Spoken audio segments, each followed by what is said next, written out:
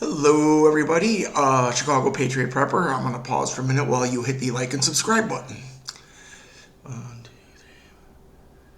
Okay, I'm going to keep this kind of short today, most likely.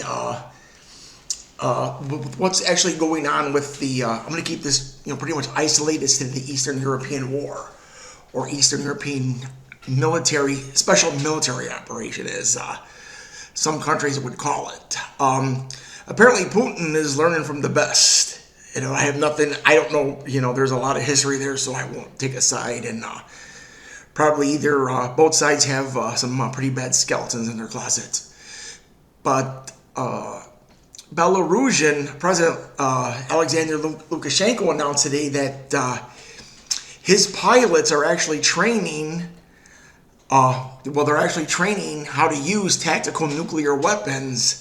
I guess basically he's going to use them as puppets.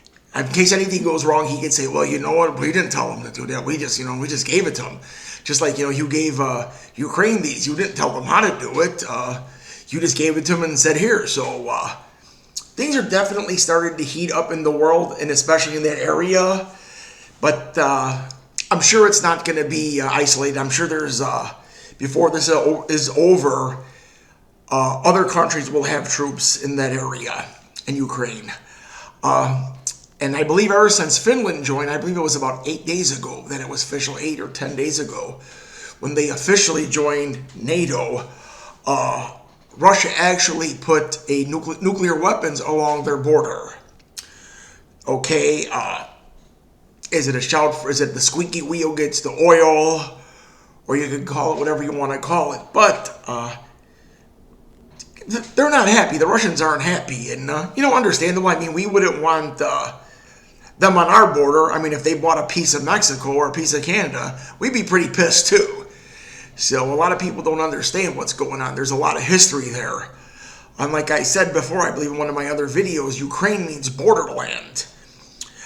Meaning it was just like an open land that no one actually owned. It was kind of like I would call it, not to say it would be the military zone, but there's the area between North Korea and South Korea that I believe that's a mile. I believe there's a mile difference. I'm not sure if it's like that through all of them, but where there's no military allowed. But there are towns in there, or little villages as they would call in that part of the world, that are in between. But there is a lot of stuff going on in Ukraine, believe me, and it's gonna, like I says, either it's gonna get real good or it's gonna get real bad within the next 6 months. A lot of these people are saying, war, they're all warmongers. As this guy Cash says, he's a Navy veteran from during the Vietnam conflict, not the Vietnam War. And when he says, these people who want war, whoever they are, grab your rifle and I'll be right behind you. Okay? Everyone wants war until it costs them something, So one of their loved ones. Everyone supports the war, just about. Not everybody, but a lot of these warmongers, it's always in their best interest to have war until it affects them. But people are saying that China is going to enter the war over there, but honestly, I don't think so, because they've got enough of their own crap to worry about. America is just looking for a reason to invade China. And I'm sure there are reasons. I mean, they've been known to execute when they capture a supposedly U.S. spy, CIA, they actually execute those people. They're pretty bad with their human rights. And, Russia puts them in prison, in a pretty nasty prison. Over here, their prison is probably they're on vacation, compared to one of those prisons or death in China.